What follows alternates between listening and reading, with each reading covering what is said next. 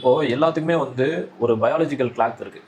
இந்த பயாலஜிக்கல் கிளாக்ன்றது வந்து நம்மளுடைய ஆயுள் காலம் அப்படின்றத நம்ம சொல்கிறோம். இந்த பயாலஜிக்கல் கிளாக் வந்து மனிதர்களுக்கு ஒரு ஆயுள் காலம் இருக்கும், மரத்துக்கு ஒரு ஆயுள் காலம் இருக்கும், அதுக்கப்புறம் வந்து விலங்குகளுக்கு வந்து ஒரு ஆயுள் காலம் இருக்கும்.